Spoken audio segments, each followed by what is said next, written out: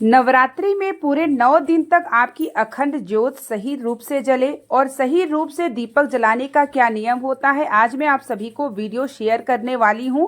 तो वीडियो के अंत तक बने रहिएगा। श्री शिवाय नमस्तुभ्यम। दोस्तों, मैं रूही मिश्रा अपने चैनल में आप सभी का स्वागत करती हूं।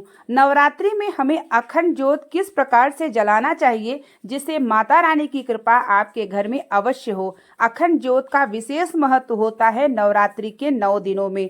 जब भी हम नवरात्रि की 9 दिन की अखंड ज्योत जलाएंगे तो हमें मौली से जो है तैयार करना चाहिए दीपक, यानी जो अपनी बाती है हम मौली की बाती तैयार करते हैं इस प्रकार से तो ज़्यादा श्रेष्ठ होता है। और अगर आप रुई से करना चाहते हैं तो रुई से भी अपने हाथों से बाती को तैयार करिए, क्योंकि जो बाजार की बाती होती है वह छोटी होती है। तो अगर आप हाथों से बाती तैयार करते हैं तो आपकी बाती बड़ी तैयार होती है और उससे भाव भी भगवान को प्राप्त होता है। तो पहले देख लीजिए बाती कैसे तैयार करनी है। तो आपको मोली ले लेनी है थोड़ी लंबी सी और उसको 2 या 3 बार आपको बराबर से लपेटना है और उसको हाथों से जैसे चोटी के आकार में हमें बनाना है जिससे हमारी बाती बड़े अच्छे तरीके से जले। तो बाती आप एक तैयार करेंगे और अखंड ज्योत जब जलाते हैं तो एक दीपक आप मिट्टी का भी तैयार रखिए, चाहे आपके पास और कोई पात्र हो तो भी तैयार रखिए। जब हम दीपक जलाते हैं तो सबसे पहले हमें चावल का ढेर यानी चावल का आसन देना चाहिए या चावल का कमल की आकृति अष्टकमल बना करके हमें उसके ऊपर दीपक को रखना चाहिए। जब हम पूजा करेंगे उसके बाद जब हम दीपक जलाने की बारी आएगी तो सबसे पहले हमें क्या करना है, पीला चंदन, लाल रोली या हल्दी का आपको लेप तैयार करना है और 9 बार 9 देवियों का ध्यान करते हुए हमें दीपक में 9 बार आपको चारों तरफ से टीकाकरण कर देना है। उसके बाद लाल पुष्प और थोड़ा सा कोई भोग जैसे मिश्री या बतासा आप दीपक के पास जरूर रखिएगा। पहले दीपक की पूजन करके उसके बाद ध्यान करते हुए माता रानी का आपके मन में जो हृदय में कामना हो वो बोल के हुए कि माता रानी आप हमारे घर की रक्षा करें, कृपा करें, ये अखंड ज्योत जले ऐसी कृपा करें। उसके बाद आप अखंड ज्योत को जलाइए। जब आप अखंड ज्योत जलाते हैं 9 दिन तक तो उसकी देखभाल हमें कैसे करनी है।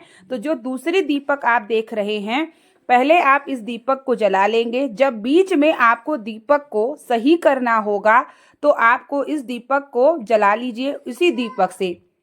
अक्सर दीपक से दीपक नहीं जलाया जाता, लेकिन जब हम अखंड ज्योत को जलाते हैं तो अखंड ज्योत को सही करने के लिए हमको उसी दीपक से दूसरे दीपक को जलाना चाहिए।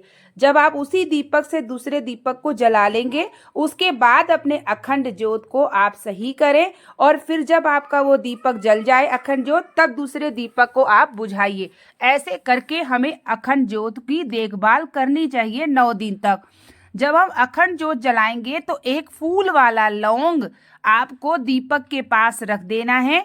इस बात का ध्यान रखिएगा, या दीपक के अंदर भी डाल सकते हैं या उसके नीचे भी आप रख सकते हैं फूल वाला लौंग।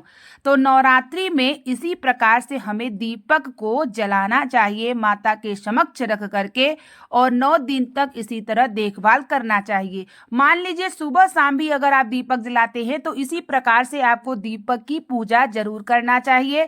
अगर आप सुबह शाम भी दीपक जलाते हैं तो मौली की ही बाती को तैयार करके माता रानी के समक्ष दीपक को जलाइए तो ज़्यादा श्रेष्ठ होगा। तो इसी तरीके से 3 अक्टूबर से 12 अक्टूबर तक आप अखंड ज्योत का ध्यान रखिएगा और आप सभी अखंड ज्योत इस प्रकार से जलाएं जिससे माता रानी प्रसन्न हो, आपके घर में कृपा बरसाएं। और इसी तरीके से अखंड ज्योत जलाने से 9 दिन तक आपकी ज्योति ऐसे निरंतर जलती रहती है और अखंड ज्योत आपका 9वीं तक जलता रहता है। तो अखंड ज्योत जलाने का यही सही नियम होता है। आप सरल विधि से जब आप भगवान माता रानी की स्थापना करेंगे तो इसी प्रकार से दीपक जलाएंगे। तो नेक्स्ट वीडियो में मैं आप सभी को पूजा विधि शेयर करने वाली हूँ। सरल विधि से कैसे कलश की स्थापना करें, कम सामानों में कैसे पूजन करें, ज्वार को कैसे बोएं, इससे जुड़ी वीडियो मैं आपको नेक्स्ट वीडियो शेयर करूंगी। मिलते हैं नेक्स्ट वीडियो के साथ, तब तक के लिए श्री शिवाय नमस्तुभ्यम। जय माता दी।